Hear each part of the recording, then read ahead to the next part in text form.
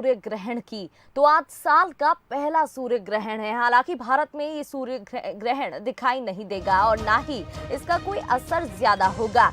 ये हाइब्रिड सूर्य ग्रहण सिर्फ खगोलीय नजरिए से ही देख सकेंगे और जो कि अंटार्कटिका, ऑस्ट्रेलिया, इंडोनेशिया, फिलीपींस में ही साफ तौर पर नजर आएगा, यानी कि दक्षिणी हिस्सों में दिखेगा।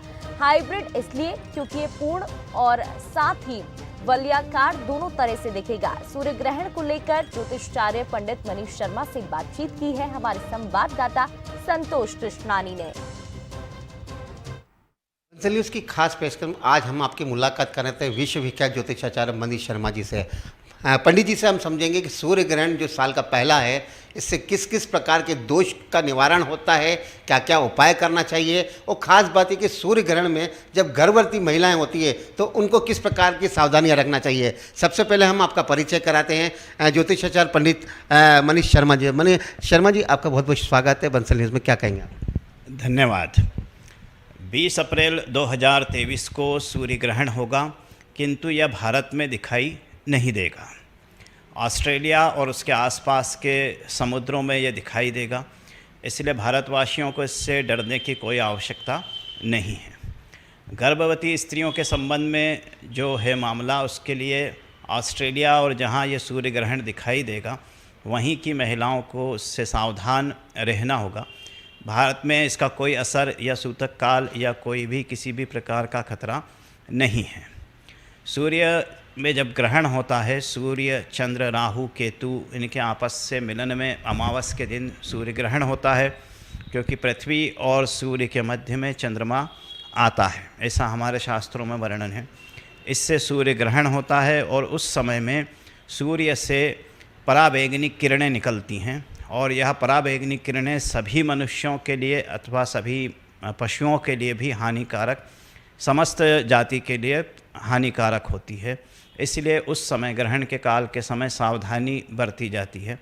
तो जो गर्भवती महिलाएं होती हैं उनको भी इससे हानि होती है, इसलिए वो सूर्य ग्रहण के सामने नहीं जाती हैं और जाना भी नहीं चाहिए। इससे गर्भ पे बुरा असर पड़ता है। पंडित जी, बात करें सूर्य ग्रहण की, तो सूर्य ग्रहण कब से शुरू होगा, कब समाप्त होगा, और किन किन उपायों का ध्यान रखना चाहिए धातकों को? सूर्य ग्रहण 20 अप्रैल 2023 की सुबह 7:05 से प्रारंभ होगा। यह भारत में नहीं होगा और दोपहर में 12:30 बजे लगभग समाप्त हो जाएगा। लगभग 4.5 घंटे सूर्य ग्रहण रहेगा।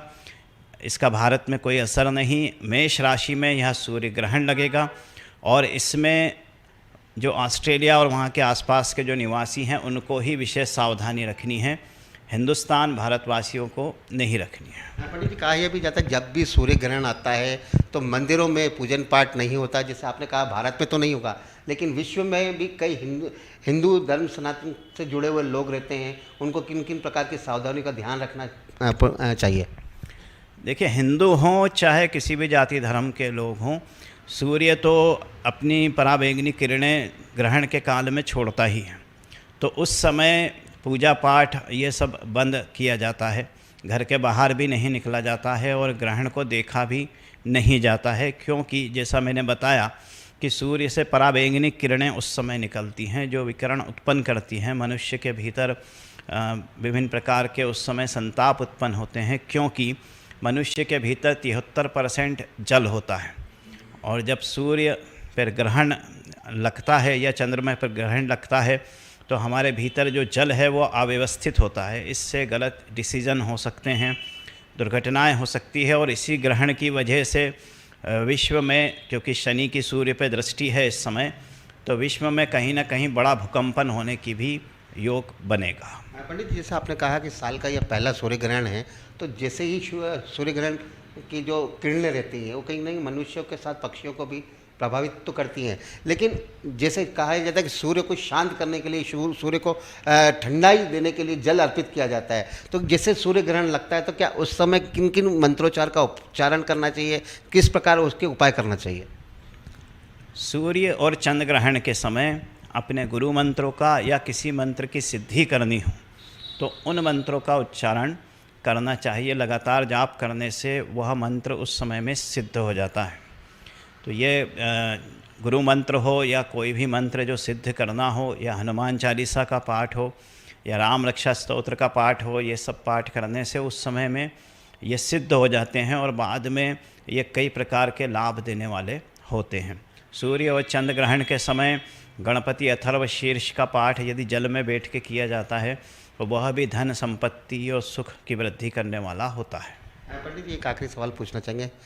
सूर्य ग्रहण जैसे साल का पहला आपने बताया, तो किन किन राशियों में क्या क्या प्रभाव डालेगा, विस्तृत तरीके से जो भी राशियां हैं उनके बारे में किन किन पर प्रभाव डालेगा, किन अगर प्रभाव डलता है तो कैसे उपाय करना चाहिए, वो थोड़ा सा समझना चाहिए। सूर्य ग्रहण के पश्चात दान अवश्य करना चाहिए। अब चूँकि कल अमावस है और सूर्य ग्रहण भारत में नहीं है, फिर भी कल स्नान दान की अमावस है, इसलिए सभी मनुष्य जो हैं वो दान करें। जैसे कि पादुका का दान हुआ, छाते का दान हुआ, क्योंकि गर्मी का मौसम है, छाते का दान हुआ, अपने वस्त्रों का दान हुआ, या अन्न का दान हुआ, दूध का दान हुआ। ऐसे किसी भी प्रकार की जैसी जिसकी सक्षमता हो वैसा उसको दान अवश्य करना चाहिए। और यह सूर्य ग्रहण जैसा मैंने बताया अश्विनी नक्षत्र में मेष राशि में लगेगा, तो मेष राशि के जातकों को विशेष सावधान इस समय रहना होगा, भारत में नहीं। तो मेष राशि के लिए थोड़ा सा टिपिकल यह समय रहेगा सूर्य ग्रहण। इसके बाद जो वृषभ राशि है उनसे पीछे मतलब 12वीं राशि में ये ग्रहण लगेगा, तो उनके लिए भी खर्चे बढ़ाने वाला होगा। मिथुन राशि से ये एकादश भाव में लगेगा, तो आय को प्रभावित करने वाला होगा। कर्क राशि से 10वें भाव में होगा, तो पिता के लिए थोड़ा चिंतित करने वाला रहेगा। सिंह राशि से यह ग्रहण जो है 9वें भाव में रहेगा, तो सिंह राशि वालों के लिए तो बेहतर स्थिति बनाएगा। कन्या राशि के लिए यह 8वें भाव में रहेगा। कन्या राशि वालों को वाहन चलाने में और सड़क पर चलने में, विवाद करने में, विशेष विवादों से बचें, वाहन चलाने में सावधानी रखें। तुला राशि से यह 7वें भाव में लगेगा, तो पत्नी या प्रेम संबंधों में विकार उत्पन्न हो सकता है, उनसे उस मामले में थोड़ी सावधानी इनको रखना चाहिए। तुला के बाद में वृश्चिक राशि से 6ठे भाव में लगेगा चंद्र सूर्य ग्रहण, तो वहाँ पर भी विरोधी हावी हो सकते हैं उनके लिए। और वृश्चिक के बाद में धनु राशि से 5वें स्थान पर लगेगा, तो नौकरी और संतान से कुछ समस्याएं उत्पन्न हो सकती हैं। मकर राशि के लिए 4th भाव में माता और सुख की कमी हो सकती है।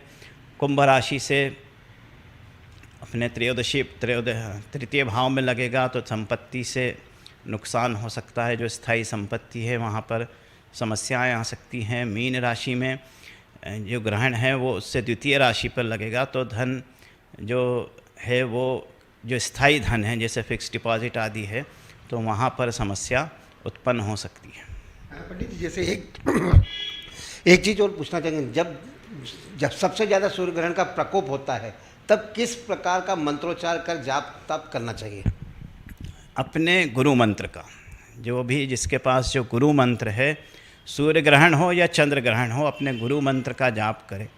और सूर्य को जल चढ़ा के, जैसे आपने पहले पूछा था कि सूर्य को जल अर्पित किया जाता है या सूर्य को अर्घ्य प्रदान किया जाता है, तो वो स्वास्थ्य के लिए होता है। सुबह सुबह सूर्य और हमारे मध्य में जल की धारा गिरती है, तो वो जल की धारा से प्रभावित होकर वो प्रकाश हमारे ऊपर आता है जो हमें स्वस्थ बनाता है। पर वही जल की धारा यदि हमारे पैर पर छींटे गिराती है तो माइग्रेन की समस्या भी उत्पन्न करती है, साथ ही आँखों की रोशनी कम होती है, इसलिए वो जल भी हमारे ऊपर नहीं आना चाहिए।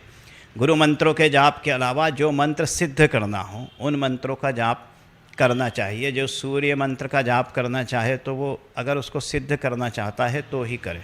सूर्य ग्रहण जो साल का पहला है, इसमें किन किन प्रकार का आपको सावधानियां रखनी है, किन किन राशियों पर आप उसका ध्यान रखें? क्योंकि जैसे सबसे पहले उन्होंने यही बताया कि भारत में किसी भी प्रकार का सूर्य ग्रहण का कोई प्रभाव नहीं पड़ेगा। गगन परिहार के साथ संतोष कृष्णानी, बंसल न्यूज़, उज्जैन।